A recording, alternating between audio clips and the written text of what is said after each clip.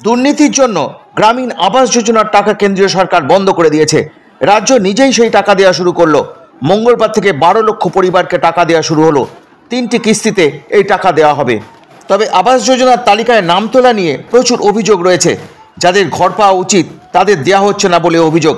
এই নিয়ে কয়েকদিন আগেই কোচবিহারের দিনহাটাতে গোলমাল হয়েছে।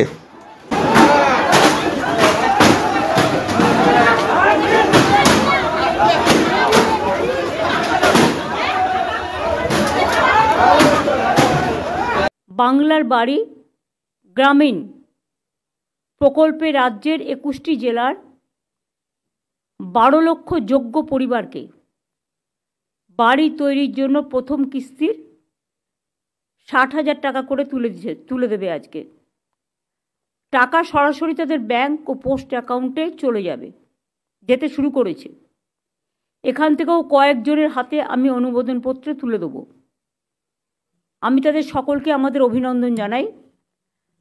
60,000 করে দুবার 1,20,000 টাকা করে দেওয়া হবে। তার জন্য আমাদের খরচা পড়বে 14,773 কোটি টাকা।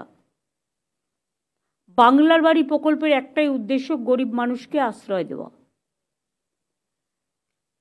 আমরা মনে রাখবেন, বেনিফিশিয়ারি সঠিকভাবে বাছার জন্য রাজ্য জুড়ে আমরা আবার সার্ভে করেছি। 11 লক্ষ সার্ভে আগে করা ছিল, প্রায় 36 লক্ষ সার্ভে করা ছিল কেন্দ্রীয় সরকারের। তা সত্ত্বেও আমরা 11 লক্ষ বাড়ি, যেটা প্রথম লিস্টে ছিল, তাদেরটা আবার সার্ভে করেছি। এবং 27,000-এরও বেশি টিম 35 লক্ষ লোকের বাড়িতে গেছে। ডিএম, এসপি, এসডিও, বিডিও, আইসি, ওসি সবার নজরদারিতে স্বচ্ছভাবে তালিকা প্রস্তুত করা হয়েছে এবং ড্রাফট লিস্ট পাবলিশ করে ক্লেমস এবং অবজেকশন যদি কিছু থাকে সেটা দেখা হয়েছে। এটা দেখতে গিয়ে আমরা দেখেছি 28 লক্ষের বেশি যোগ্য বেনিফিশিয়ারি আমরা আইডেন্টিফাই করতে পেরেছি। এদের মধ্যে থেকে আমরা 12 লক্ষকে আজকের মধ্যে দিয়ে দিচ্ছি। কেন্দ্র যদি না দেয়, আরও যে বাকি থাকবে 16 লক্ষ, যেটা আমরা বেনিফিশিয়ারি যারা যোগ্য পাওয়ার জন্য আইডেন্টিফাই করেছি, তাহলে আমরা 2টো কিস্তিতে আগামী 6 মাস, তারপরে 6 মাসে 26-এর প্রথমের মধ্যেই আমরা দিয়ে দেব। আবাস যোজনার প্রথম কিস্তির টাকা ছাড়া হচ্ছে বলে আজকে ঢাকঢোল পেটানো হলো। আমাদের স্পষ্ট প্রশ্ন যে আবাস যোজনা 1,10,000 মানুষকে টাকা দিয়ে প্রায় 45 লক্ষ মানুষের সঙ্গে কেন প্রতারণা করা হলো?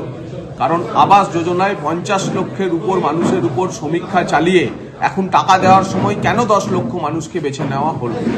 আমরা বলেছিলাম যে যত মানুষের উপর সমীক্ষা হয়েছে, যত জনের বাড়িতে সরকারি আধিকারিকরা গেছে এবং তারা কোয়ালিফাইড হয়েছে, যারা বাড়ির জন্য নির্বাচিত হয়েছে, প্রথমবারে তাদের জন্য টাকা দিতে হবে।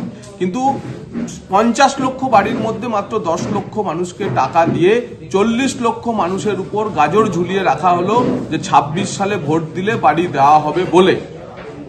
এর থেকে তো সহজ ছিল চোর ধরে জেলে ভরলে পরে প্রধানমন্ত্রী 45 লক্ষ বাড়ি, 34 লক্ষ পার্মানেন্ট ওয়েট লিস্টে এবং 11 লক্ষ আবাস প্লাসের বাড়ি নিয়ে বসেছিলেন। তাহলে এই পশ্চিমবঙ্গের মানুষের সঙ্গে প্রতারণা, যে এত মানুষ বাড়ি পেল না, তার জবাব মুখ্যমন্ত্রীকে দিতে হবে। এখনো যে 45 লক্ষ মানুষের 45 লক্ষের মানুষের প্রথম কিস্তির টাকা মাত্র 30,000 কোটি টাকা, সেটা মুখ্যমন্ত্রী রিলিজ করুন। কিছু মানুষকে টাকা দিয়ে বাকিদের সঙ্গে ধোঁকাবাজি বন্ধ করুন।